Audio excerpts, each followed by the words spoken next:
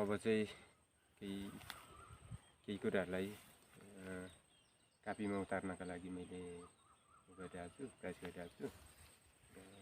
अबको दिनहरू यसरी नै आउनेछ केही कुराहरू। यसलाई म भिडियो मार्फत देखाउन गइरहेको छु। जुन काम मैले गर्न खोजेको यसको अर्थ तपाईँहरूले बुझ्न सक्नुहुन्छ होला र बुझ्नुहुनेछ भन्ने पनि आशा छ। फेरि अबको दिनहरू यसरी नै बित्दैछ।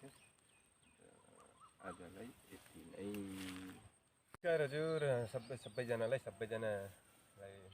म चाहिँ अहिले यो नयाँ कामको लागि नयाँ क्लिप्स बनाइरहेको छु।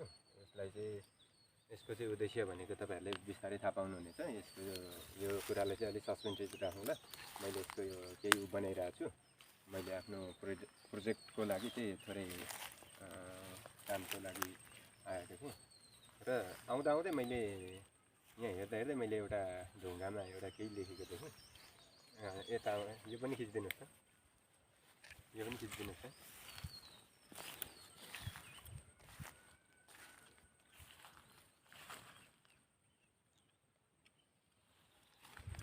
र यो दृश्यहरू तर यस्तोमा चाहिँ अलिक साफ हुन्छ, अलिक चङ्खो हुनुपर्छ है। यो अब गर्मीको सिजन भएपछि चाहिँ यस्तोमा सर्प निस्किने हुन्छ। तर एकदमै सर्पदेखि मलाई चाहिँ डर लाग्छ फेरि।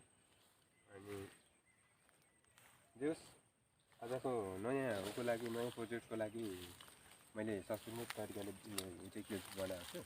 यसलाई भरे मेरो प्रोजेक्ट कतिसम्म सक्सेस हुन्छ त्यसको चाहिँ म तपाईँलाई